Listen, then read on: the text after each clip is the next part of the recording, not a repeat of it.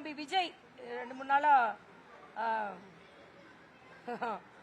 பெரிய கூட்டத்தை கூட்டுறாரு. அவர்கிட்ட ஒண்ணு நான் கேட்டுக்கிறேன், கொஞ்சம் ஸ்கிரிப்ட் எழுதி தர்ற தம்பிக்கிட்ட கொஞ்சம் சரி பார்த்து எழுதி கொடுக்கணும் அப்படின்னு கேட்டுக்கிறேன். ஏன்னா மீனவர்களை பற்றி ஒன்று சொல்லியிருக்கிறார். மரியாதைக்குரிய பாரத பிரதமர் வந்ததற்கு பின்பு 3700 பேர் விடுவிக்கப்பட்டிருக்கிறார்கள். பாரதிய ஜனதா கட்சி ஆட்சிக்கு வந்த பின்பே தூக்கு தண்டனையிலிருந்து 6 மீனவர்கள் விடுவிக்கப்பட்டிருக்கிறார்கள். இதுவரைக்கும் யாரும் உயிரிழக்காத அளவிற்கு பாதுகாப்பாக இருக்கிறது பாரதிய ஜனதா கட்சி.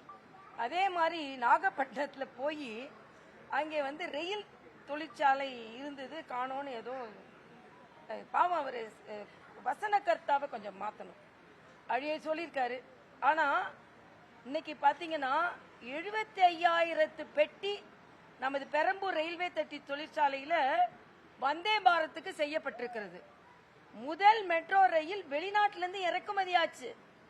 ஆனா இன்னைக்கு 75,000 பெட்டி அங்க செஞ்ச மட்டும் இல்லாம 69 வந்தே பாரத் நம்ம இந்த ரயில்வே ஃபேக்டரியில பெரம்பூர்ல ரயில்வே பெட்டி தொழிற்சாலையில உருவாக்கப்பட்டு இருக்கிறது.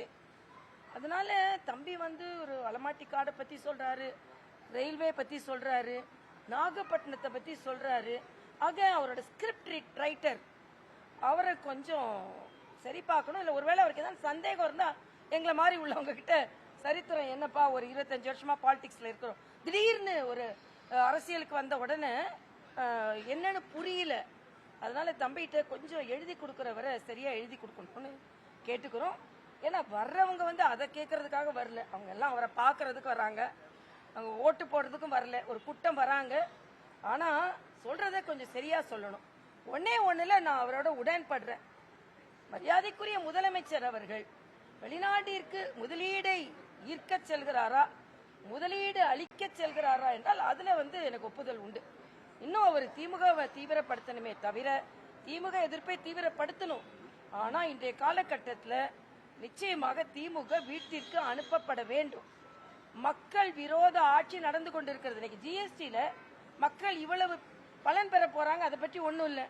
உங்களோடு சொல்லிட்டு கலர் கலரா சட்டையை போட்டுட்டு ஷூட்டிங் நடத்தி கொண்டிருக்கிறார். ஒரு வித்தியாசம் என்னன்னா, ஷூட்டிங்ல இருந்த விஜய் அரசியலுக்கு வந்துட்டாரு, அரசியல் இருந்த முதலமைச்சர் ஷூட்டிங்ல இருக்காரு. தினம் ஒரு விதவிதமான சட்டையை போட்டுட்டு எதையோ பேசிக்கிட்டு, இதெல்லாம் தவிர்க்கணும். யதார்த்தமான அரசியலாக எல்லாம் உலா வருவோம். அதான் எனக்கு எதிர்க்கிறாரு மேடம், எல்லா இடங்கள்லயுமே திமுகவையும் பாஜகவையும் பயங்கரமா எதிர்க்கிறாரு. சரியான பதிலடி கொடுக்கணும். நாங்க தான் பதிலடி கொடுத்துட்டோமே. நான் மீனவர்களை பத்தி சொன்னாரு, மீனவர்களை நான் தம்பிக்கு சொல்லிட்டேன். அதே மாதிரி போன வாட்டியே பிரதமர் எல்லாரையும் பாதுகாக்கிறான்னு சொன்னாரு, இஸ்லாமியரை பாதுகாக்கலன்னு சொன்னாரு. இன்னைக்கு முத்தலாக் என்று இஸ்லாமிய பெண்களை முத்தலாக்கிலிருந்து விடுவித்து அவர்களை பாதுகாத்த பிரதமர் மாத்திரம் இல்ல, இன்னைக்கு எல்லா இடங்களிலும் இஸ்லாமிய பெண்கள் அதிகமா வாக்களிக்கிறதுனால தான் உத்தரப்பிரதேச போன்ற இடங்களை வெற்றி பெறுகிறோம். இந்த தேர்தல் இந்த சுற்றுப்பயணத்தை பொறுத்த மட்டும் அவர் வேற மாதிரி பேசியிருக்கார். திமுக எதிர்ப்பு நிச்சயமாக அவர் தீவிரப்படுத்த வேண்டும் என்பதுல எந்த மாற்று கருத்து இல்லை. பாஜகவை எதிர்க்கிறதுக்கு அர்த்தம் இல்லை. ஏனென்றால் பாஜக நல்லாட்சி நடந்து கொண்டிருக்கு. தம்பி எனக்கு கிட்னி திருட்டு நடந்து கொண்டிருக்குப்பா. கிட்னி திருட்டுக்காக விசாரணைக்காக 4 அதிகாரிகளை சென்னை உயர்நீதிமன்றம் போடணும்னு சொன்னா அதை எதிர்த்து உச்ச நீதிமன்றம் போறாங்க. இப்ப கிட்னி திருட்டை நீங்க ஆதரிக்கிறீங்களா தமிழ்நாடு அரசு? ஆக விஜய் இத மாதிரி பிரச்சனைகளை எடுத்து பேசினா நல்லது. இன்னும் ஏனென்றால் மக்களுக்காக யாரெல்லாம் இருக்கிறார்களோ அவர்களெல்லாம் திமுகவுக்கு எதிராக பேசித்தான் ஆக வேண்டும். ஏனென்றால் மக்கள் திமுகவுக்கு எதிராக இருக்கு.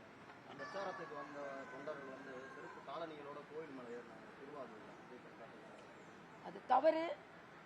தம்பியே கூட வேல் கையில வாங்கும்போது செருப்பை கலட்டி இருந்திருக்கணும், அதுவும் தவறு. சிலதெல்லாம் இப்ப ஆரம்ப காலத்துல அவருக்கு சிலது தெரியலன்னு நினைக்கிறேன். அதனால மக்கள் உணர்வை புரிந்து கொள்ள வேண்டும் என்பது எனது கருத்து. இப்போ காலையில் கூட நான் ஒரு நிகழ்ச்சிக்கு போனேன், அதில் வேல் இருந்தது, நான் செருப்பை கழட்டி போட்டிருக்கேன். இது ஒரு உணர்வு. அதனால அவரும் மத நம்பிக்கைகளை மதிக்கணும், அவர் தொண்டர்களுக்கும் அதை சொல்லி கொடுக்கணும் என்பது எனது கருத்து. ட்ரெண்ட ஃப்ரெண்ட் ஆக்கிக்கோங்க. தந்தி டிவியின் சப்ஸ்கிரைபர்ஸ் அண்ட் ஃபாலோவர்ஸ் குடும்பத்துல நீங்களும் இணையுங்க.